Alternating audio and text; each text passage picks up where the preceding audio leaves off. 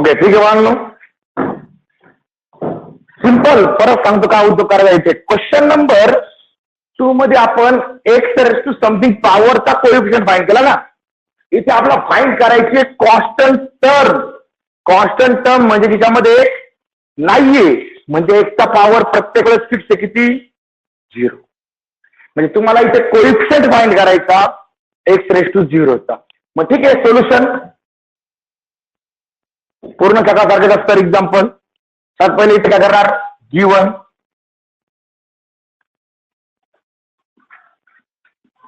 2x + 1 अपॉन x 3x² bracket raise to 9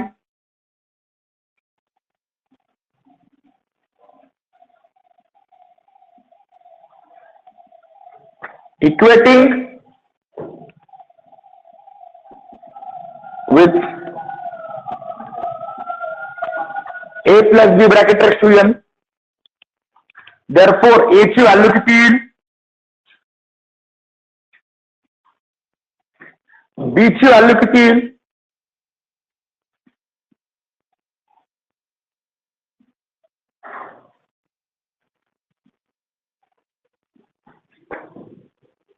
आणि n ची व्हॅल्यू किती येईल.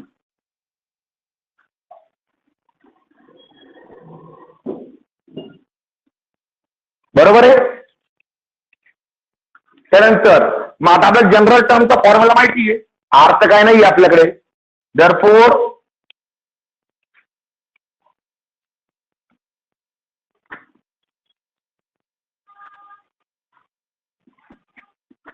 जनरल टर्मचं एक्सप्रेशन काय आपल्याकडे T R + 1 is equal to काय फॉर्म्युला आहे NCR a⁻² into b⁻². Okay. त्याच्यामध्ये ए बी आणि एन टाकायचा जसं आपण सकाळी करत होतो सेम फॉर्मॅट. मग काय होईल सगळ्यात पहिले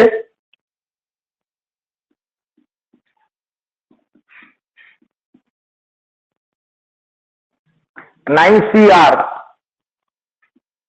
A bracket raise to n - r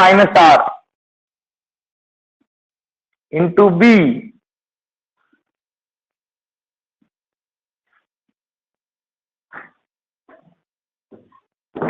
okay. सकाळी सिम्प्लिफिकेशन केले आपण, कॉम्बिनेशन सुटणार नाहीये. therefore 9CR IR राहील. हा जो काही पॉवर आहे दोघांना सेपरेट द्या.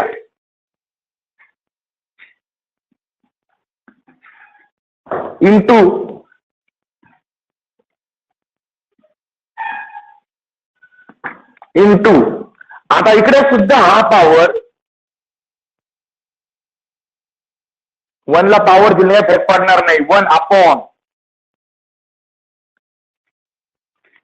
x² raise to r x⁻²r. बरोबर आहे. आता हा न्यूमेरिकल पार्ट आहे, हा डिवाइडला इकडे येऊन जाईल पुढे. बरोबर. आता इथे पहा यांचा बेस सारखा आहे. जर याला वरती घेतलं तर पॉवर मायनस होऊन जाईल ना फक्त, आणि डायरेक्ट इथे मिक्स करून घ्यायची. तर 2r मायनस होणार आहे वरती आला, डायरेक्ट -2r आपण इथे मिक्स करून देऊ. म्हणजे इथे मला भेटणार आहे 9CR into 2⁻9 - r upon 3⁻r. तो अपॉन 3⁻r इकडे बाजूला घेतला इंटू x⁻²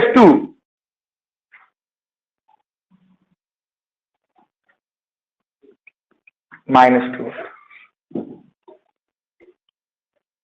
अडचण बोला. तो 3⁻r इकडचा आहे, ते डिवाइड होतो इकडे घेतला फक्त नेक्स्टचा पॉवर मिक्स केलं. ओके. आता हा -r -2r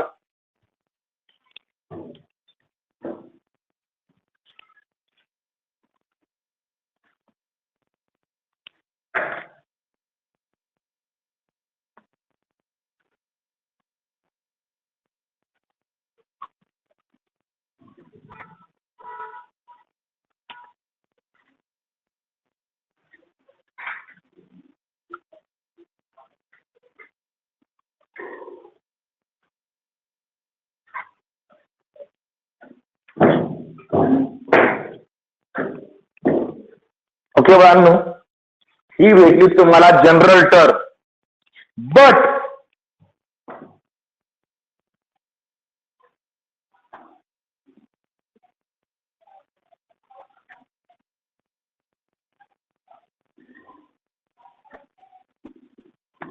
we have to find the constant term. कोणती टर्म फाइंड करायची आहे? Constant term into bracket, that is term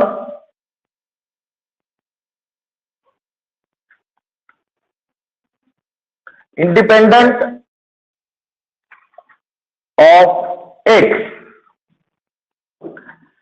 that is coefficient of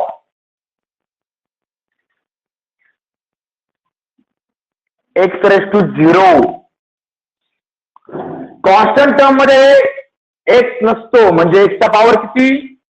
0. मग आता आपल्याला जर ही टर्म कॉन्स्टंट करायची असेल तर याचा अर्थ हा x चा पॉवर किती आला पाहिजे?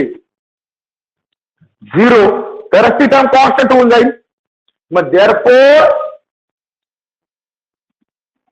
9 minus 3r must be 0.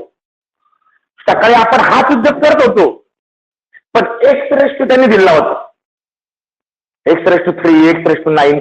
मग आपण तो पॉवर त्या पॉवर बरोबर इक्वेट करायची, आर फाईन करायला. इथे काय झाला, तर कॉन्स्टंट पाहिजे, म्हणजे एक्सचा पॉवर फिक्स झाला 0. म्हणजे तो आपला आला एक्सचा पॉवर 0 बरोबर इक्वेट करायचा आणि डायरेक्ट सॉल्व्ह करायचा. हा -3r इकडे गेल्यावरती प्लस होईल, दॅट इज, आणि आता हा आर हा 3 कडे मल्टिप्लाय करा, divide.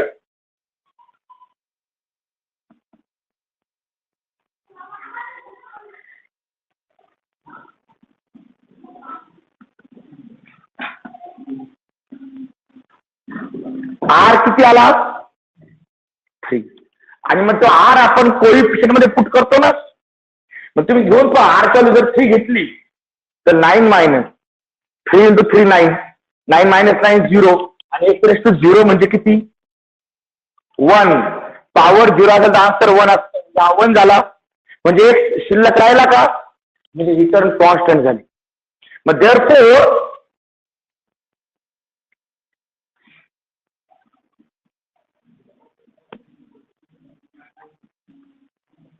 The constant term is, तो जो काही शिल्लक राहिला कोएफिशिएंट आहे 9r into 2 raised to 9 minus r,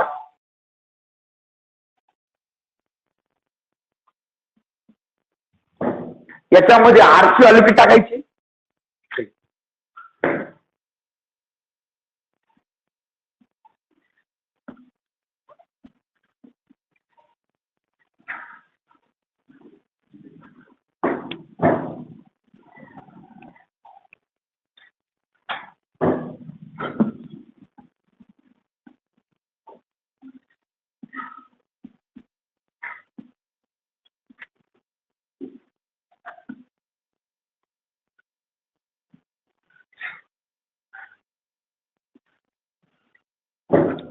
फक्त हा सॉल्व करायचा.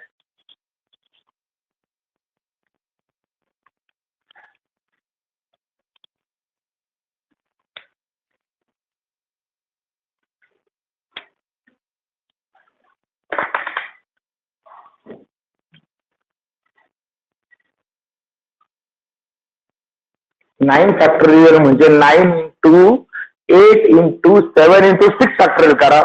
खाली 3 फॅक्टोरियल म्हणजे 3 into 2 into 1 into 6 factorial, 6 factorial, आणि मला वाटतं 6 फॅक्टोरियल कॅन्सल होईल.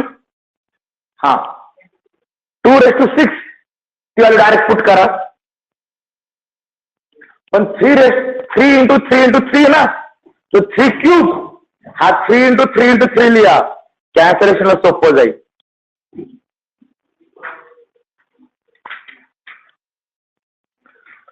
तो जो खालचा 3 क्यूब आहे ना, तो 3 into 3 into 3 लिहा, कॅन्सलेशनला सोपं जाईल तुम्हाला.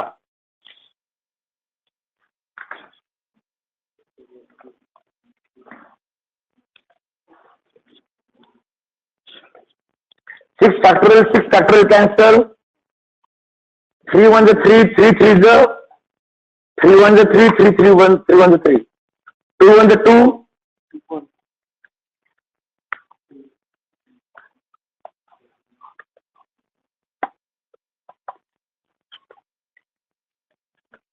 Okay. म्हणजे त्याला 4 into 7 into 128/9. बरोबर आहे का?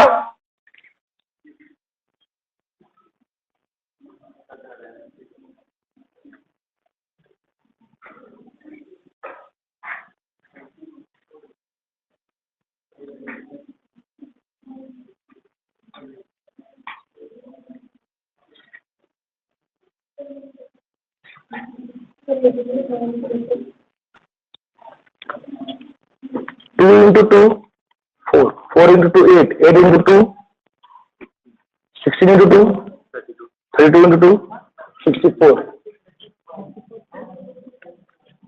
2 raised to 6.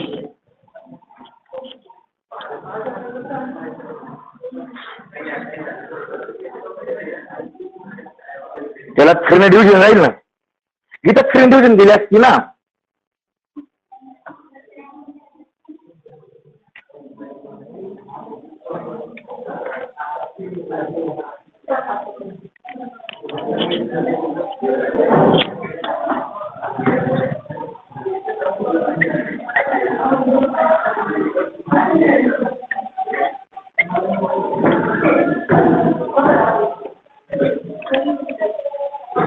करा मल्टिप्लिकेशन.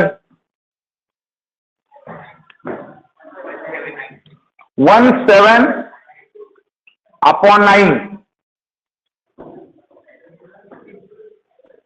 ही आली कॉन्स्टंट टर्म. मला सांगा सकाळच्या एक्झाम्पल मध्ये ह्या एक्झाम्पल मध्ये काय फरक आहे का? फक्त सकाळच्या एक्झाम्पल मध्ये x⁻² त्यांनी दिला होता. इथे आपण कॉन्स्टंट टर्म म्हणजे x⁻0 डोक्यात ठेवायचा बाकी सगळं ते बरोबर आहे. म्हणजे सकाळचं एक्झाम्पल आहे. मला तर रायटिंग सुद्धा आपली सकाळच्या सारखीच आहे. ओके ठीक आहे. नेक्स्ट एक्झाम्पल झालं हे.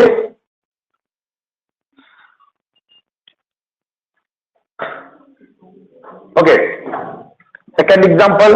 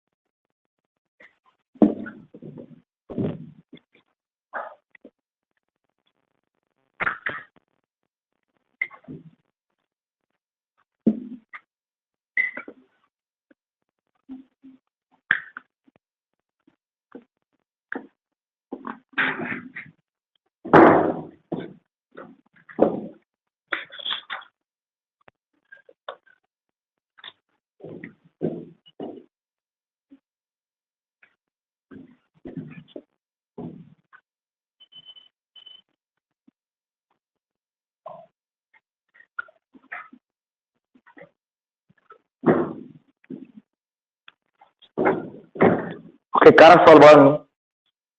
सिंपल एक्झाम्पल आहे पण तुम्ही ज्यावेळेस ट्राय करणार आहे त्यावेळेस ते तुम्हाला सुटणार पण आहे. आणि दुसरा मुद्दा येणार आहे तो महत्वाचा म्हणजे तुमची स्पीड इम्प्रूव्ह होणार आहे.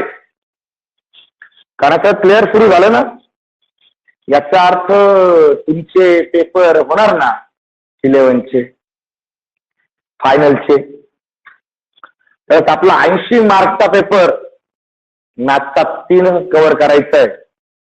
90% मुलांना 3 तास खूप जास्त होतं, लिहिता येत नसतं ना. MCQ झाले का मग काय करणार आहे, तोंडबाज असतात. आणि जे 10% मुलं अभ्यास करून गेले असतात त्यांना ते 3 तास पुरत नाही, कारण की रायटिंग खूप एक्सेस राहते आपल्याकडे.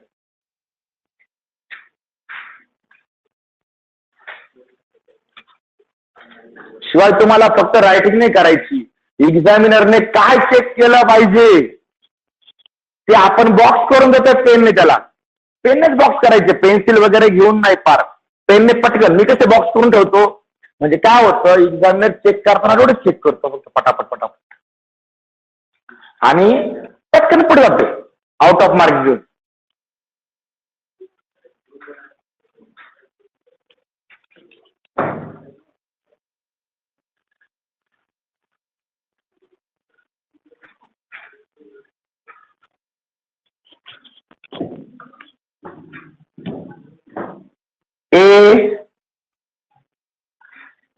तो मायनस घ्या बाबांनो.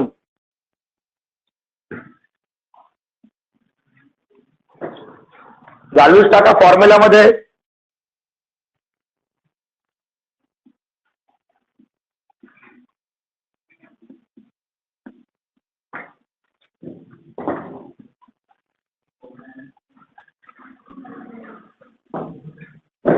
पॉवर सेपरेट करा.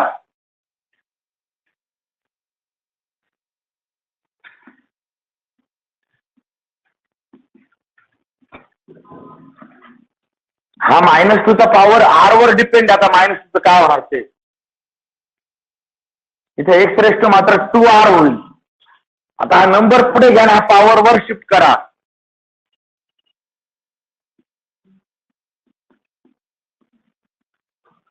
आता प्लस होणार का मायनस राहणार, इथे आर वर डिपेंड आहे.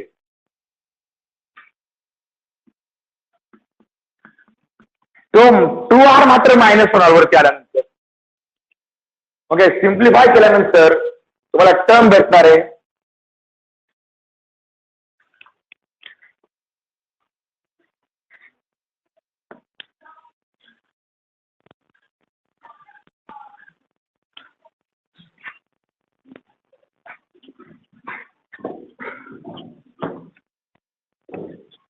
कंपेअर करा.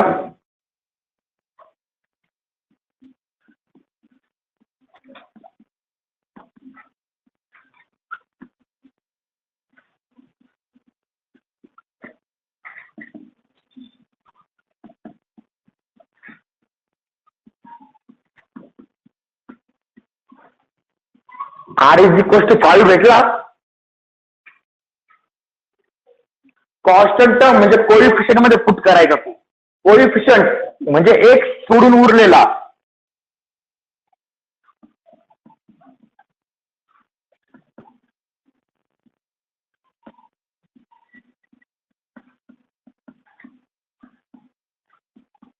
इथे पॉवर ऑड आला म्हणजे मायनसच राहणार आहे.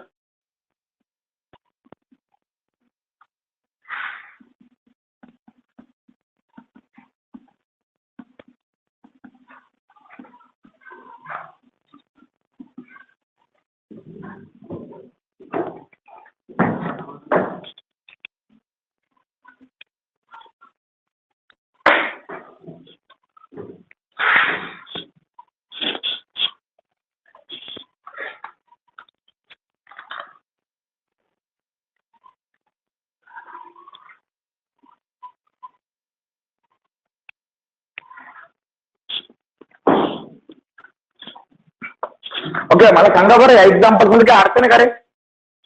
सकाळसारखेच एक्झाम्पल ना.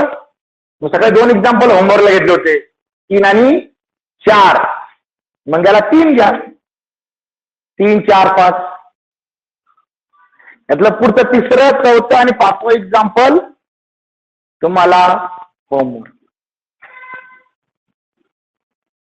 होमवर्क शक्यतो मी देत नव्हतो, पण यावर्षी पर्याय नाहीये. आणि मेन म्हणजे पॅरल एक्झाम्पल येणार आहे, विशेष काही नाहीये म्हणून फक्त.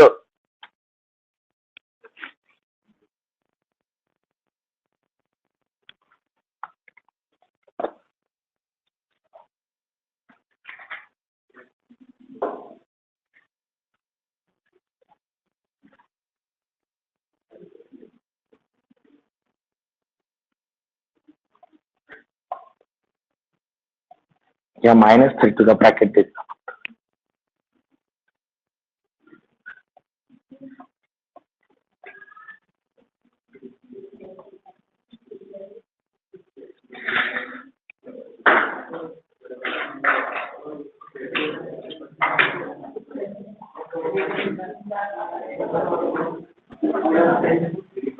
-96,096 याचा आन्सर -96,096. ठीक आहे. मग ठीक आहे, एक्झाम्पल नंबर 3, 4 आणि 5 सेम हाच पॅटर्न. आणि त्या विशेष मला वाटलं नाही. आर पण खूप इझिली सापडतं, बरोबर आहे. ठीक आहे, 3, 4, 5 तुम्ही होमवर्क सर्व डिफिकल्ट आहे तर मला सांगा, मी करून देईल. उद्या आपण पुढचा पॉईंट, मिडल टर्मचा जो पॉईंट आहे तो सुरू करूया.